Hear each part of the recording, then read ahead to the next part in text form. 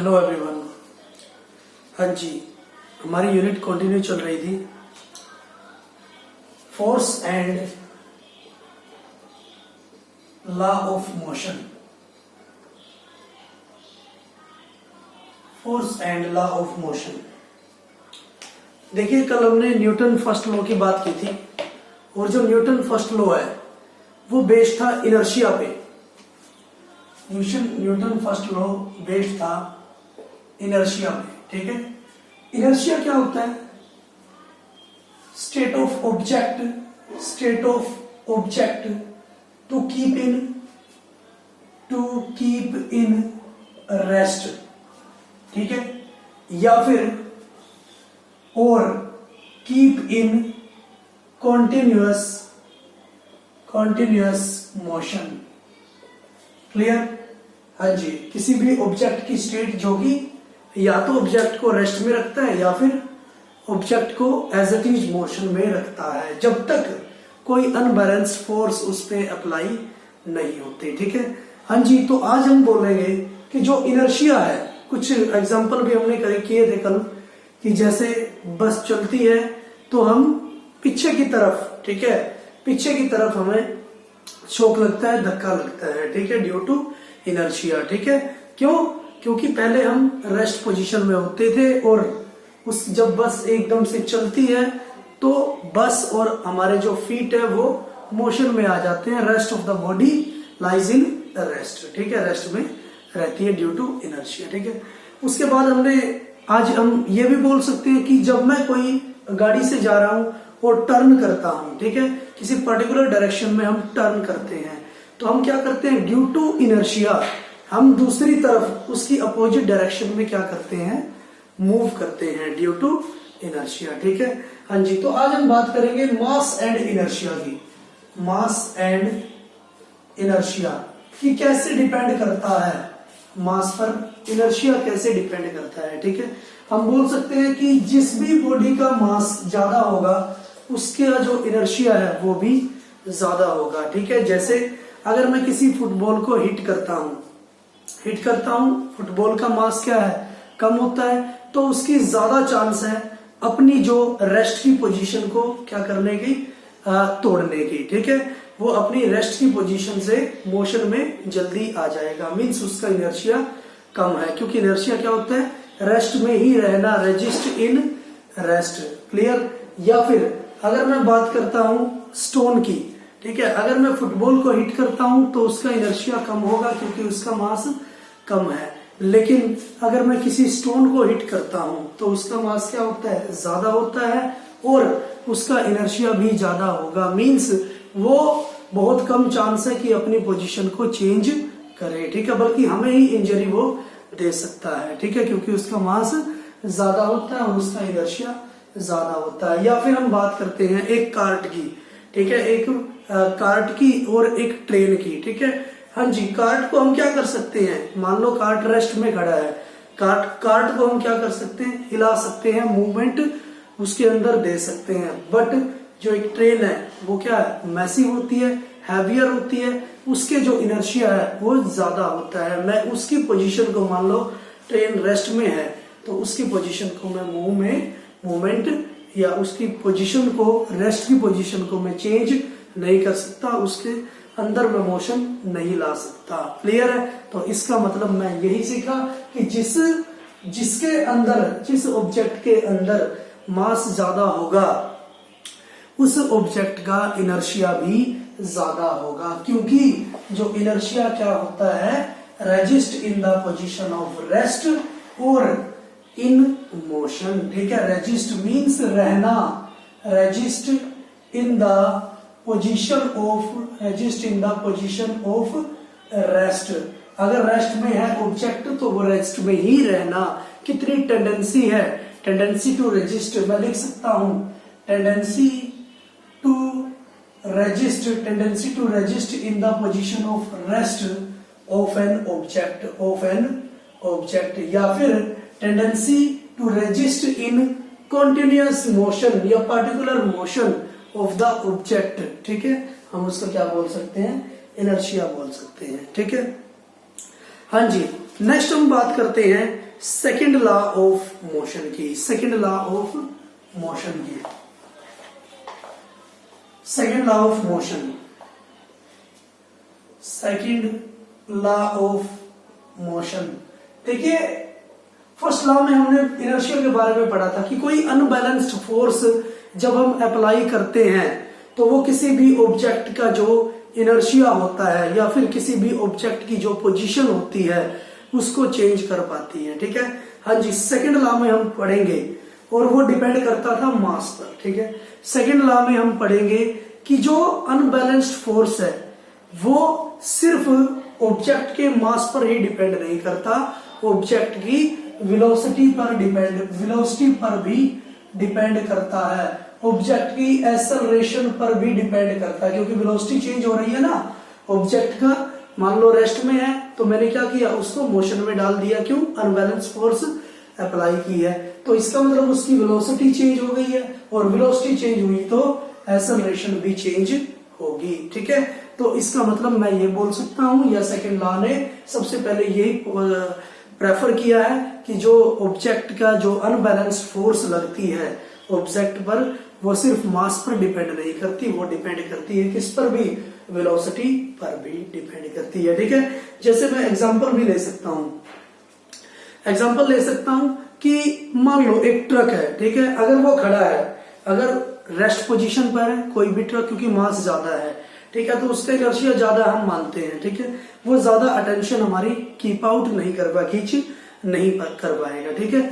हाँ जी, लेकिन जब वो ट्रक चलता है, इवन वो 5 मीटर पर सेकंड की स्पीड से उसकी वो चल रहा है, ठीक है, तो भी वो क्या कर सकता है, बहुत ज्यादा इंजरी दे सकता है किसी भी इंसान को, किसी भी ऑब्जेक्ट को, ठीक है। तो हम यही बोल सकते हैं कि जो फोर्स है, जो फोर्स अप्लाई है, वो जरूरी नहीं है कि मास पर ही डिपेंड करे, वो वेलोसिटी पर भी डिपेंड करता है। अगर उसकी वेलोसिटी 5 मीटर पर सेकंड की हिसाब से भी हो किसी भी डायरेक्शन में, तो भी वो क्या कर सकता है, इंजरी दे सकता है, ठीक है। या फिर हम एक बुलेट की बात करते हैं, ठीक है, एक बुलेट है हमारे पास, उसका जो मास होता है वो क्या होता है, कम होता है, ठीक है, मास क्या होगा, कम होगा, लेकिन उसकी जो वेलोसिटी होती है जब वो गन से निकलती है तो उसकी वेलोसिटी बहुत ज्यादा होती है, ठीक है, वेलोसिटी बहुत ज्यादा होती है। तो इसका मतलब वेलोसिटी ज्यादा होती है तो वो भी एक जो इंसान है उसको क्या कर सकती है, खत्म कर सकती है। मीन्स जो फोर्स है, ठीक है, मीन्स हम क्या बोलना चाह रहे हैं कि जो वेलोसिटी है वो भी डिपेंड करती है किस पे, फोर्स पे, ठीक है। अगर उसके अंदर ज्यादा वेलोसिटी है तो ज्यादा फोर्स अप्लाई होगी, ठीक है। जैसे बुलेट का केस हमने लिया था, उसका मास भले ही कम है लेकिन उसकी वेलोसिटी ज्यादा है, तो भी हम बोल सकते हैं कि जो फोर्स अप्लाई हो रही है किसी भी ऑब्जेक्ट पर वो ज्यादा होगी। क्लियर है, ठीक है। तो हम इस एक फिजिकल क्वांटिटी पर पहुंचे हैं जिसमें हम कंसीडर करते हैं इसको, मास को एंड, जिसमें हम कंसीडर करते हैं मास को एंड वेलोसिटी को, ठीक है, जिसमें हम कंसीडर करते हैं मास और वेलोसिटी को, और उस फिजिकल क्वांटिटी को हम बोलते हैं मोमेंटम। क्लियर है, उस फिजिकल क्वांटिटी को हम बोलते हैं मोमेंटम, ठीक है। और मोमेंटम क्या होता है, इट इज द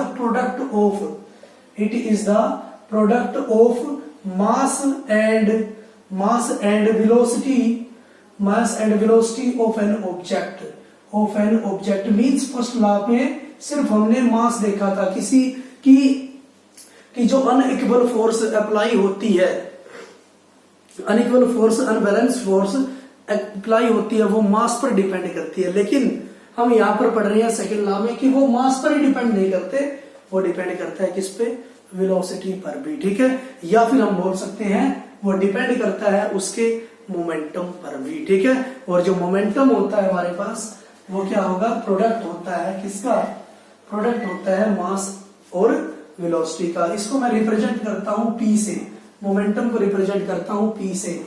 हाँ जी, P equal to mass means m, clear है, हाँ जी, इनटू v मीन्स वेलोसिटी, ठीक है। m है मास हमारे पास, v है हमारे पास velocity of an object, velocity of an object, ठीक है। P है हमारे पास मोमेंटम। कई जगह मैं इसको लीनियर मोमेंटम भी बोलता हूं, ठीक है। कई केसेस में मैं इसको लीनियर मोमेंटम भी हम बोल सकते हैं। क्लियर है, ठीक है। हाँ जी, तो हम बोल सकते हैं कि जो लीनियर मोमेंटम है या फिर मोमेंटम है वो भी डिपेंड करता है किस पर, अनबैलेंस्ड फोर्स पर, वो भी डिपेंड करता है अनबैलेंस्ड फोर्स पर।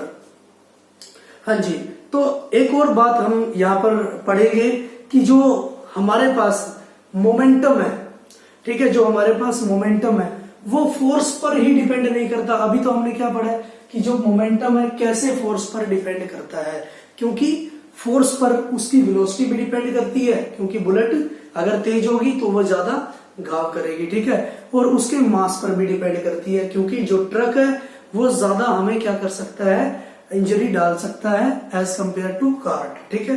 तो मतलब हमने पढ़ा है कि मास पर भी डिपेंड करेगी, वेलोसिटी भी डिपेंड करेगी। अब हम पढ़ेंगे कि जो मोमेंटम है वो टाइम पर भी डिपेंड करता है, टाइम ड्यूरिंग द प्रोसेस पर भी डिपेंड करता है, ठीक है। हाँ जी, जैसे हम बोल सकते हैं एक कार है जिसका इंजन खराब हमारे पास हो चुका है, ठीक है। हाँ जी, अगर मैं उसको अप्लाई, अगर मान लो कोई दो लोग उस इंजन को पुश करते हैं, उस कार को पुश करते हैं, ठीक है, अगर पुश करते हैं और पुश करने के बाद एकदम छोड़ देते हैं तो इंजन स्टार्ट नहीं होगा। लेकिन अगर वो दो लोग कॉन्टिन्यूअस उसको पुश करते चले जाएंगे, ठीक है, कॉन्टिन्यूअस उस कार को पुश करते चले जाएंगे तो हमारे पास जो इंजन है वो क्या हो जाएगा, स्टार्ट हो जाएगा। मीन्स टाइमिंग पर भी डिपेंड करता है। अगर टाइम कम है, पुश करके छोड़ दिया तो इंजन स्टार्ट नहीं होगा, ठीक है, मोमेंटम नहीं आएगा। और अगर कंटिन्यूअस पुश करते रहे तो इंजन स्टार्ट हो जाएगा। तो मतलब मैं बोल सकता हूं कि जो अप्लाइड फोर्स है या जो मोमेंटम है अप्लाइड फोर्स पर डिपेंड करता है, और अप्लाइड फोर्स है वो टाइम ड्यूरेशन पर भी डिपेंड करता है, ठीक है। अगर इंजन स्टार्ट हो गया तो अप्लाइड फोर्स मानी जाएगी, और जो इंजन स्टार्ट कब होगा, जब हमारे पास टाइम ड्यूरेशन ज्यादा होगा, मींस ज्यादा वो कंटिन्यूअसली ज्यादा टाइम तक कंटिन्यूअसली अप्लाई करते रहेंगे अपनी फोर्स को। क्लियर है, हाँ जी। तो डेफिनेशन हम क्या बोल सकते हैं सेकेंड लॉ की, it state that the rate of change of momentum of an object is proportional to the unbalanced force in the direction of force. Second law of motion हम बोल सकते हैं, it states that the rate of, rate क्यों लिया, क्योंकि time को मैंने consider किया है, rate of change of momentum is directly proportional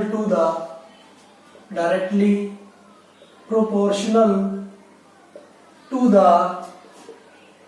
force applied या unbalanced force applied on the object, proportional to the unbalanced force applied on the object, unbalanced force applied on the object in the direction of force, in the direction of force। देखिए last में हमने लिखा है इन the direction of force, इसका मतलब क्या है, example हम लेते हैं वही इंजन वाला। इंजन जो कार को वो फॉरवर्ड डायरेक्शन में लेना जा रहा है, ठीक है, तो हमें जो अप्लाइड फोर्स है, अनबैलेंस फोर्स है, वो भी फॉरवर्ड डायरेक्शन में लगानी पड़ेगी। मींस जो पीछे से धक्का है वो भी फॉरवर्ड डायरेक्शन में ही लगाना पड़ेगा। क्लियर है, तो उसने यही बोला है, it states that the rate of change of momentum is directly proportional to unbalanced force applied in the direction of force। जिस फोर्स में ऑब्जेक्ट की फोर्स, इंटरनल फोर्स अप्लाई हो रही है, उसी डायरेक्शन में हमें एक्सटर्नल फोर्स या अनबैलेंस फोर्स अप्लाई करनी है, ठीक है। क्लियर है, तो सेकंड लॉ बताता है मोमेंटम के बारे में, फर्स्ट लॉ बताता है इनर्शिया के बारे में। क्लियर है, तो इस तरह से इसको ही आपको अच्छे से रिवाइज करना है। Thank you for cooperation.